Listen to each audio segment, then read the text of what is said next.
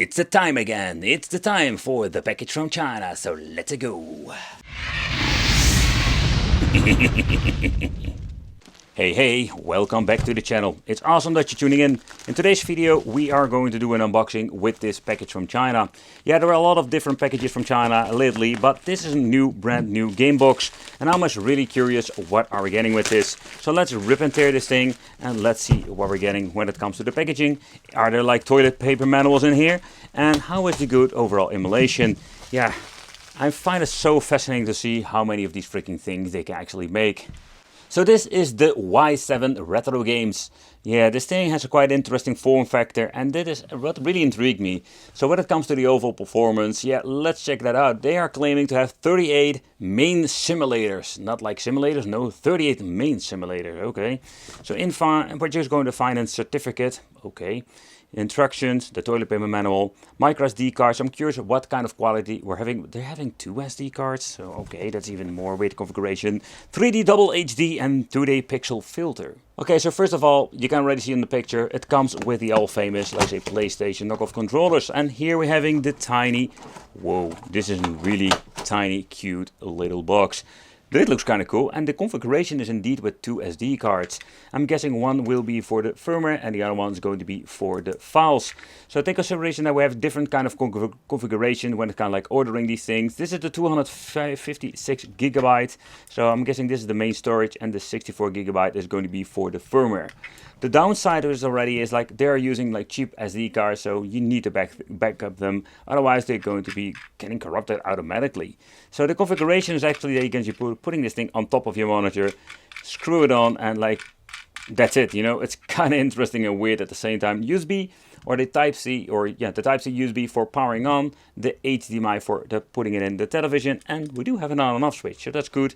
2 USB connections at the right side. But yeah, this thing looks very cool and very cheap. The dongle, so the dongle is going to be 1 dongle for 2 controller configuration. That is positive, because if you're going to be doing this, we have the option to even implement 4-player configurations.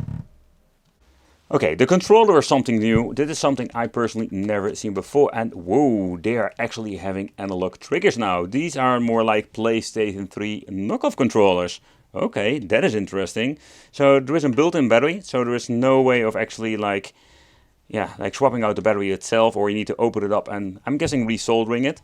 And you can also see over here having the configuration of 1, 2, 3, 4 player. So that is kind of cool. So the joysticks are absolutely great, having like say the rubberized joysticks, or like a rubberized joystick itself, not like something they put on there you can just remove. Home button, select start, and the D-pad.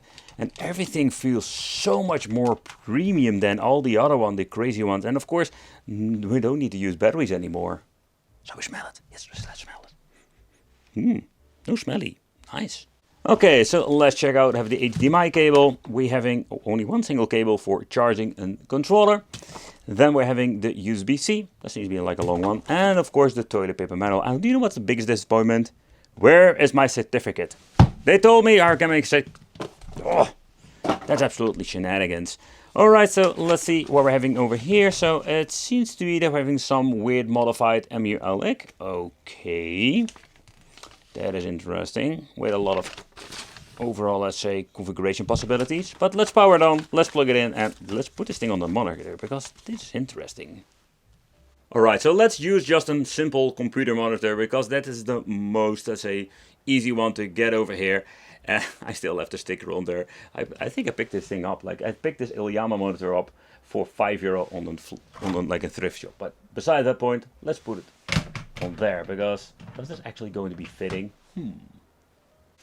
So it's already like in its position that you cannot like have any more room.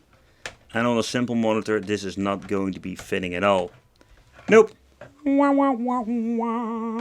Pointless. If everything seems to be configured correctly, we're having this very cool looking intro. Alright. And let's see what happens. And it automatically stops. That's also like no outro, fading in, fading out, just it is done. The Y7, it's still loading. This is actually what happens. It loads up, you get the intro, I load up. Okay, so let's boot it up, let's configure the controller. So let's see if there's any juice in the controller. Let's see if we can power it on. Yep, there it goes. Already automatically connects with player 1. Okay, that seems to be working fine. So, alright. I love the LEDs at the front of the game. It just turns red and that's it. The main menu is actually just running on Emulation or the software itself, but a completely stripped down version. Pressing select start will give you the emulation or emulator video ratio. In the all list it doesn't do anything over here. So if you're going to be changing, let's say going to the Nintendo DS, in here we can have sometimes some options. Nintendo DS doesn't have any options, but with the WonderSwan we have the option to change it out to core provided, custom, square pixel and all the other things. So aspect ratio can be changed out with some systems. So that's absolutely great. So we're going to be leaving it to auto just to see what happens. Options more, we're having language settings. So we're going here, you can just change out the language and there are a lot of them. In here we're having the controller settings and that is quite convenient. So let's say if you have like multiple sticks, plug into this through an USB hub or having multiple dongles, we can just configure which controller will be for what player. So it's absolutely great, so we can just leave it to default if you have no problems whatsoever. We can turn off and on the show the controller activity, and that is what we're getting when it comes to the main menu. We cannot do anything else besides that or unlocking it so far I know. It runs on Emulation 4.5, and let's check out in the quit. Here we can restart and shut down the system. But let's see what can we do when it comes to the menu. Okay, so first of all, at the right bottom corner, we're having select, back, search and favorite. So that's kind of cool. So we have already an indication how it works. So that is super easy. It's just like, you know, this product has been made for people who don't want to tinker, you know. If you're going to be looking into the game, so let's say Sonic, it works very fast. You can just go from the keypad to the left over here and going to the list. It also indicates what kind of game for what platform. That is something you don't see very often, and that is very convenient. Having like, for example, the Mega Drive or the Nintendo DS, Game Gear, you name it, you can just look through this fairly easy. So it's absolutely amazing. So what kind of system we're having? So we're having over here the all list. And alphabetic order has been implemented in here, so that is great. So favorites, we're having Nintendo DS, N64, the Game Boy Advance, Super NES, NES, we're having even a port, and then of course the Beats of Rage series with all kinds of cool custom games. Next up, the Naomi system, Saturn, Mega Drive, MAME, Capcom Classics. And we have all kinds of cool things like even Neo Geo is on here, Arcade Classics. Take consideration we're having Arcade Classics, Killer Instinct, and let's say Tekken MAME will not run on this tiny box. We're having the Atari, the handheld version, Super Famicom, the disk system of the NES, Game Gear, the Game Boy, the Color, Master System, MSX2, Neo Geo Pocket and the Pocket Color, the PC Engine, Sega 32X, the SG-1000 Sega, and we're having even WonderSwan Color. So when you're looking at it, there's all kinds of different systems, and where they kind of, let's say, cheated with saying like we have a lot of different platforms. Of course, like Super NES and yeah, Famicom, different regions, but sometimes we do have like double games. Okay, so start off with some N64. But I've noticed that even for just some basic system like N64, those files are not very big to load up into the emulator. But the loading times are quite long, and you will notice some glitches going on, because this is, you know, an N64 system on, like these are very cheap, like tiny boxes, and not a good combination. But let's move on to some gaming and see how it actually runs in the game itself. Yeah, I kept talking and it's still on the loading screen. Ah, see, that I mean, there it goes. And you can see like the N64 logo is glitching out. N64, I know there was a lot of people who just wanted to play this, but this doesn't run great on these game sticks. I'm just keep repeating myself if you're looking at all my reviews. But I still wanted to test them out to check out how they configured everything. Yeah, there are systems out there like mini PCs that can play this on native resolution, that's fine, but you can see after going into the game, it starts being playable to a certain part. When pressing select and start will bring you automatically back to the main menu. There we go. That's kind of funny, that works quite fast. So what you can do is maybe emulator video settings. Normally we can tweak, but that doesn't work of course. And also here we cannot change out the aspect ratio. Yeah, that's the thing that I actually wanted to test out. But yeah, N64, we can try another game, but the overall performance of these games are just absolutely like laughable bad. So let's get him some Diddy Kong Racing, maybe that works. Well, a lot of launch titles seems to be running just fine. But if you're going to be deep diving, you know, it's going to be a problem. Okay, where are the buttons? Oh, there we go. The A has been set to the circle, so it's kind of weird configuration. Everything seems to be looking kind of cool and kind of nice. The controls are very responsive. I don't notice any input lag. I'm always messing it up. Doom, doom, doom, doom, doom, doom. I really suck at this game. Oh yeah. Alright, so next up is on Game Boy Advance, and I've noticed that we do have original aspect ratio, or at least not a widescreen shenanigans that we have with most systems. They implemented this pixel or smooth pixel filter. I think it looks kinda nice, because the Game Boy Advance games are normally played on a tiny screen, so the overall experience is not bad at all. So let's speed it up. No screen tearing, no audio glitching or whatsoever. Everything seems to be running quite smooth. Woo! The weird thing is, like, they're using, like, a different emulator. So with the Game Boy Advance, we can create save slots and just do that and quit from this point on, and even implement cheats. But this isn't possible with every single system. Like N64, pressing select start will automatically bring you back to the menu. There's no quick load, quick save possible. But let's get into some battle cars with the Super NES. I'm very pleased to see that we do have a normal aspect ratio, not a widescreen craziness. Yeah, this is a game I've personally never played as a child. I didn't even knew it existed. You know, and that is what I love about these systems. You can find the weirdest games. But do you have the same problem that when you're playing F-Zero, everything looks like an F-Zero now? Especially this particular game.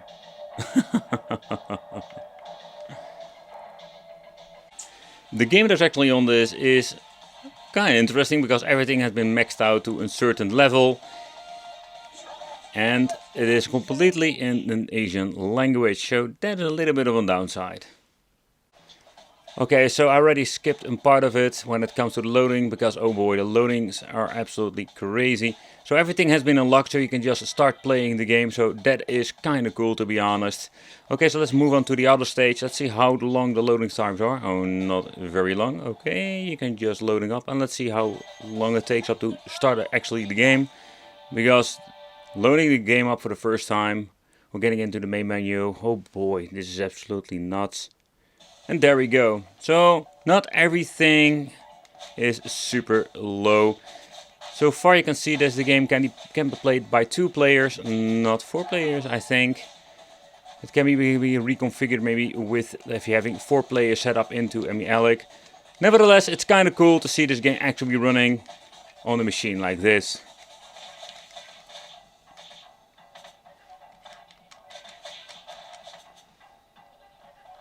Okay, OpenBOR is absolutely nuts.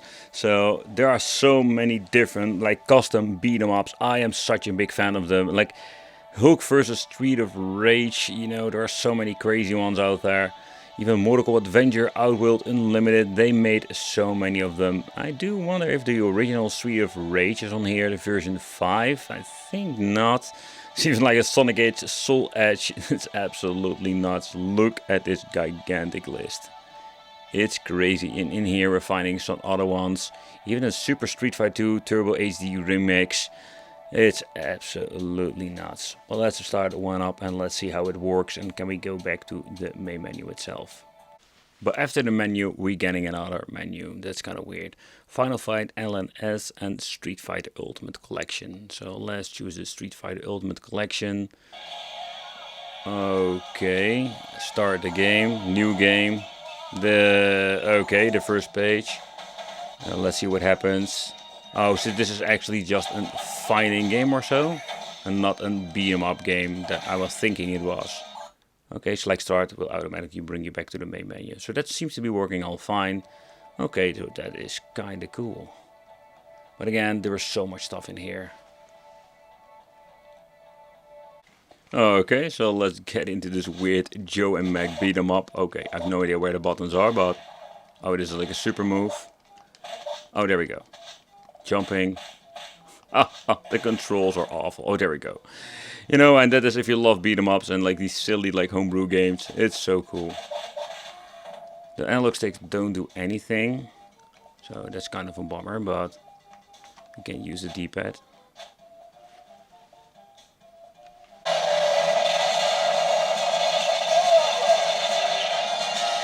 Of course, it sounds awful. Yeah. But it is still playable. But it's the same result that we've seen many times before. This game is so demanding.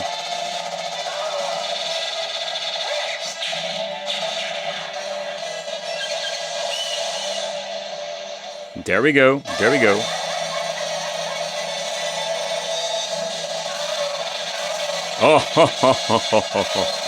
Oh yeah.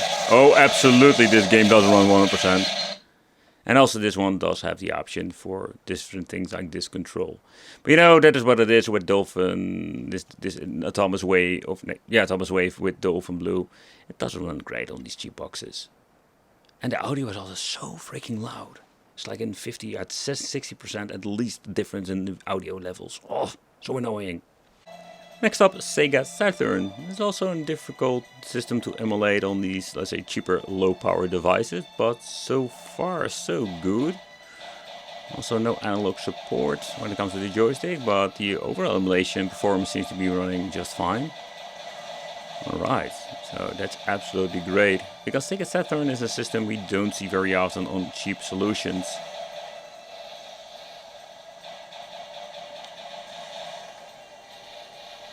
Pressing start select will give you the extra menu, so we do have the option to make a quick load, quick save and mess around with the controls. And let's exit and go back to the main menu. Okay, that's nice, that's nice. So let's try a different one. Yeah, Virtual Cop makes no sense whatsoever in my opinion to play that. Oh crap, oh crap. Pressing left or right, I accidentally went to the different page.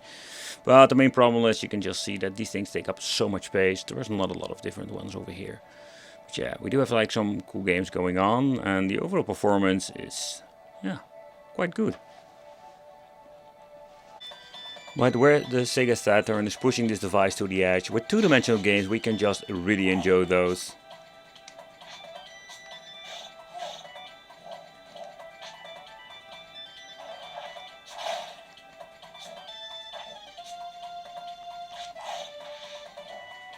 Man, this game is brutal. Hey, that was invisible. But 16-bit is no problem whatsoever playing these games. You can just actually see that it seems to be running perfectly. I do have the idea that they implemented a filter over here. Original 4:3 aspect ratio, so that's absolutely great. It's absolutely hidden gem. I can still remember these games were on the, let's say, the very cheap basket when the end of the Sega Mega Drive over here. But oh man, this is such a cool game. For shmups, absolutely great one. Let's see which power up we're going to be using. Oh, there we go. Oh yeah. And we even have the option to powering it up and having like better overall, let's say, powering up solutions. Also, Sega Saturn and Sega Naomi and Dreamcast are pushing this thing to the limit. It's absolutely a fact, but we have like some minor hiccups here and there. Most of the games will be playable and run just fine. It's absolutely great to see. And I just want to grab another game, and absolutely one of the hidden gems, Power Stone 2. Man, I've played this game so much. It's so much fun to play. Again, getting into the game, no problem whatsoever. I do hear some minor hiccup there, but I think it's not really annoying to have this.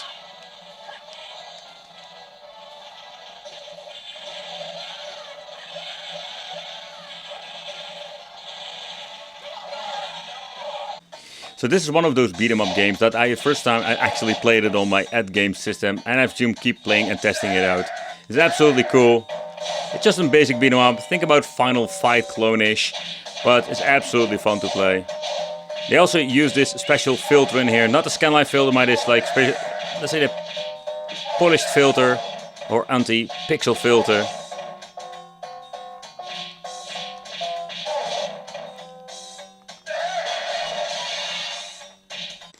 Okay, so let's move on to some other, let's say, arcade games. For example, one of them is the version of Street Fighter, but the weird thing is there is no audio whatsoever, so they completely messed up this game.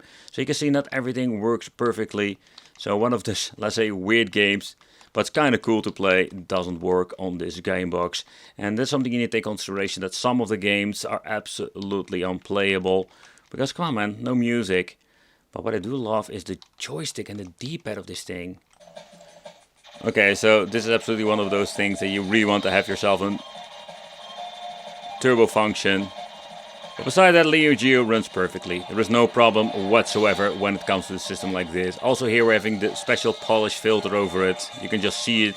So it's not pixel perfect when it comes to that. We do have like aspect ratio that is at least normal. Personally, I love to play it with the analog stick. What I do notice sometimes, it's kind of weird to explain, but when you're using the D-pad, I do have the feeling that my plane like now, it's getting stuck. You know, see, I can't move. Something wrong with the D-pad, but when you're having the analog stick, you don't have this issue at all. So where this D-pad is great for playing, let's say, fighting games, somehow, when it comes to, let's say, the other games, it's absolutely horrible. Alright, so let's get into some Teenage Mutant Ninja Turtles. Let's see where the buttons are. There we go. So far so good, but what I wanted to check out if you do have the same issue when it comes to the D-pad and playing this game. So weird. So you can just, it stops automatically. But this is not always the case. I think this is just, when you're going to use like some different directions, it's more like an input problem. It's good that we have an analog stick, but that is something I noticed. And let's keep returning. Holy crap, there are a lot of guys in here! Ah! What the hell is going on? Holy... Okay, so I'm really curious about this. Emulator video aspect ratio set to auto. So let's check out what are we getting when it comes to the auto and some Sega Game Gear. Because we're playing this on like very tiny screens.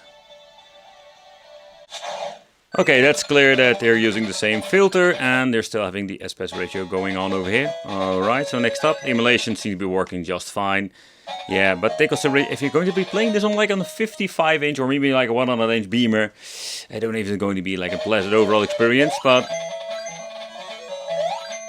where I love the authentic games, it's absolutely awesome to see these things with the special filter over it, because it looks so much better now on LCD.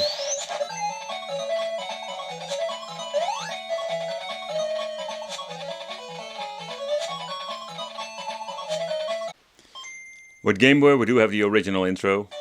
Oh yeah, this is the best soundtrack of a pinball game.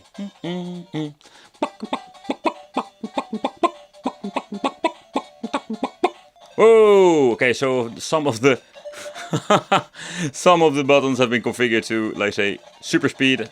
You can like fast forward. Okay, that is very convenient. But that completely messes up my gameplay itself. But this is absolutely one of my favorite games to play. I still love to play this particular game. Pinball Gator is also not a very expensive game too. But again, you need to love pinball. That's one thing. And you need to love Gator. And if you love both of them, you will love Gator Pinball! But the low power devices are just so great to revisit old systems like the Sega 32X. Where I do love myself, let's say, these games to play on my original CRT. They're just as fun to play on the old school emulation boxes. And let's be honest, they are great. Like Virtua Fighter is absolutely a fun novelty, but it is, in my opinion, not the best one in the series. So yeah. Alright, so let's look into the Nintendo DS, because there's a system that sometimes have problems. Yep. So, I don't know what's going on over here.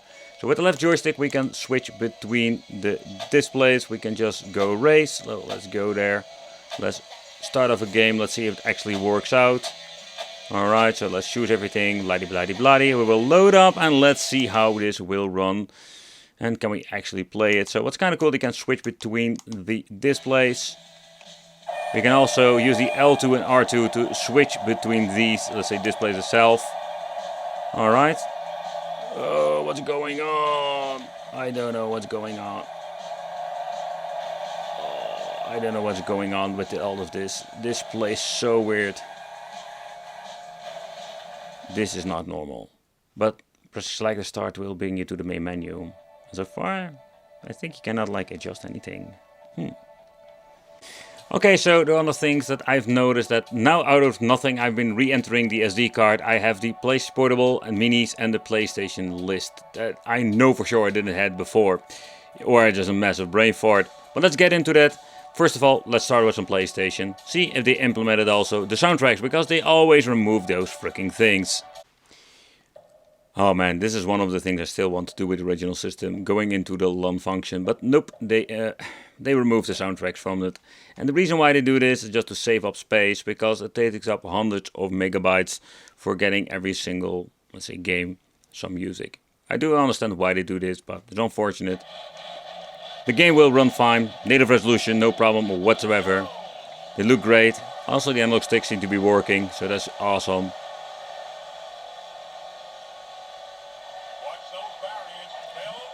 It's absolutely great to see that these tiny boxes can emulate PlayStation 1 without any problem whatsoever. It's so much fun revisiting. This is actually one of my first games that I've ever played on PlayStation 1. And with the PlayStation Portable Minis, where PlayStation Portable will be an issue with this thing, oh boy, there is so much that we can actually play on this. Look at this, there are so many mini games, there are so much fun. And I wouldn't be, let's say, surprised that everything runs perfectly on this, because they are not very demanding when it comes to the overall emulation performance. Alright, so in getting into the game, it will load up like a normal PlayStation Portable game. Alright, so let's get into the gameplay and let's see how it runs. I was completely right. I did a minor hiccup, but I think that is forgivable. Ooh, there we go, there we go. So, most important, I don't notice any input lag whatsoever. Especially with games like this, it's very important. Ah, yes. Spin Gorgon, yeah. Ooh. Going into the PlayStation Portable, we do have the controls and save and just continuing. And let's go back to the normal PlayStation Portable games. Alright, so we just have a black screen, nothing is working. Pressing select and start. And there we go. Okay, that was weird. I want to go exit the freaking emulator. Go! Now! Oh boy. They completely messed that part up. Reset the system. Huh, let's try the first game I've ever bought for the PlayStation Portable, and that was fired up. More like a basic Twisted Metal clone. I did hear some crackling noise in the music itself. This is more like those launch titles that run most of the time fine on cheap emulators. Okay, let's go. I cannot recall the ground looks so weird, but okay. Whoa, crap! They implemented the turbo function of the skipping. That's convenient for intros, but this game seems to be running just fine.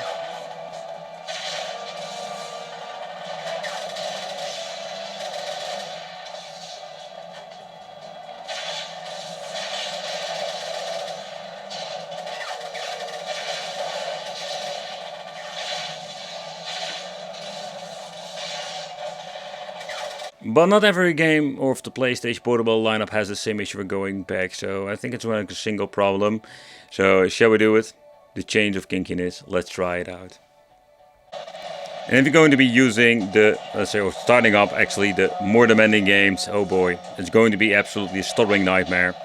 This game seems to be actually like, it's actually like a miracle that it runs with normal graphics on, but you can just see that it runs really sluggish. Like they have been implemented 2x frame skipping on native resolution. And again, it's a miracle that they managed to get this thing working on such a low power device.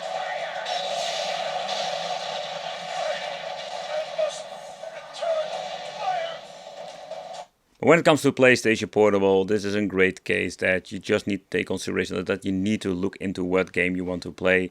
There's some games that fired up runs for just fine. We can make a quick load, quick save in here. Let's see how long that takes. Alright.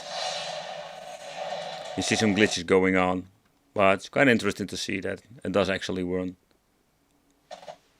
And loading times are quite fast when it comes to the quick load and quick save. But there are no different slots that we're having with the original emulator.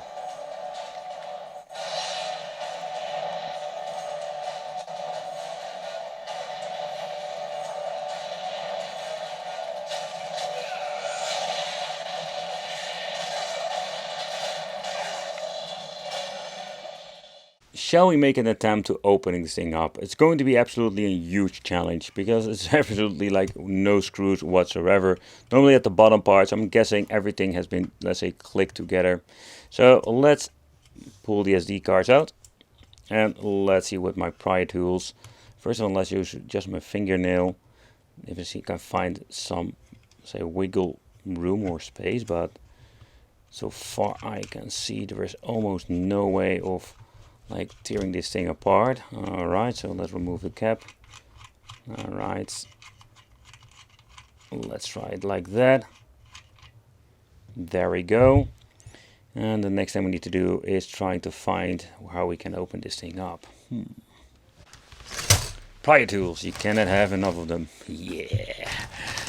Oh yeah, found them all on AliExpress for not a lot of money, but let's see if there's something in here that we can actually use. Alright, we managed to open it up. There's no screws, everything has been clicked together. So, okay, yeah, of course, the outer shell, I mean, because now we're having the thing open, we need to remove 3 parkers over here, or screws. And of course, I don't have a screwdriver by hand. Got another basket with all kinds of, like, say, freaking the screws and screwdrivers and all the craziness. Let's see if we can use this one. Yep, you can find all of these things on AliExpress. Super convenient. Nope, it's too small. Yep, and that's what she said. And let's see, let's get the bigger one. Let's fit it in. And it's still far quite difficult to find the right one. Alright, there we go. Let's remove all of these tiny parkers, because that's what they are. And I'm very curious how the overall cooling is of this thing and what kind of chip are they actually running on. So they do have not like the latest model of like Emulation, but not like also the oldest. There we go. Let's remove the final parker. Okay, it's kind of interesting to see how small these things have become in the last couple of years. They're becoming smaller and smaller. Okay, it's not that easy to remove this too. Oh boy, maybe I need to remove this top part. No, it's almost like a gamble, how and where, one. Alright, so the final step was to remove the piece of plastic with the game. I'm hoping I didn't destroy it. I think they used glue or something. So now we can lift it out like that. Oh boy, what a nightmare it is to basically try to get it apart. Okay, so you can just see they implemented a very thick piece of metal just for cooling this thing down. But what are they actually cooling down? That's of course the question. Let's remove this. Oh man. It's always the question, can I remove this? Because I want to keep it in one piece. Otherwise I do have a very big problem. I do have all kinds of tools for maybe trying to get this thing off. But you can see that I almost like cutting it down in pieces. Okay. There we go. No man, this is absolutely one freaking nightmare. And look how big this freaking thermal pad is. Oh, it's absolutely laughable. It doesn't get even that hot. Let's just remove it. Come on. There we go. Okay, it's still in good good quality, so we can reuse it because I don't have anything laying around that is that size. Let's clean it up and let's see what it is. All right, there we go. It's like this scratchy lot. Alright, so after cleaning everything up, the only thing we can find is that this thing is called the XP35. Yep, that's it. What a freaking nightmare. Doing all of this freaking shenanigans only for finding out that this thing doesn't have like a normal coating on it, like the S95, etc. But if it runs on an S95 X3 or something, I would not be surprised. Let's put it back together. A different form factor, but the same kind of result. They have stepped away from the fake PlayStation 2 controllers. They are just having like the, let's say, PlayStation 3 knockoffs, and they are so much better. However, I had this weird situation with the D-pad and navigating through, let's say, the stage where the character would like beat 'em up games. The game box itself does, as I absolutely great in many different ways. So when you're looking at the construction, they are getting smaller and smaller, and that's the idea behind this. You can then bring this thing with you with the controllers, plug it into your television that is on vacation, and you can just play thousands of games. Yeah, and I can really enjoy it. If they improve the D-pad, And overall performance of the game box, yeah, they're getting smaller, but the overall performance with every single game is very similar. Having problems with N64 PlayStation Portable, but I must say they did a great attempt of trying to get everything to run as possible, or as good as possible. They need to stop using these, let's say, cheap non-generic SD cards, because they can get corrupted automatically. Yeah, and the system that you can put this thing on a television, yeah, it's not working that great. Thank you all for watching, consider subscribing, hit the little bell, and it would be great to see you in the next video.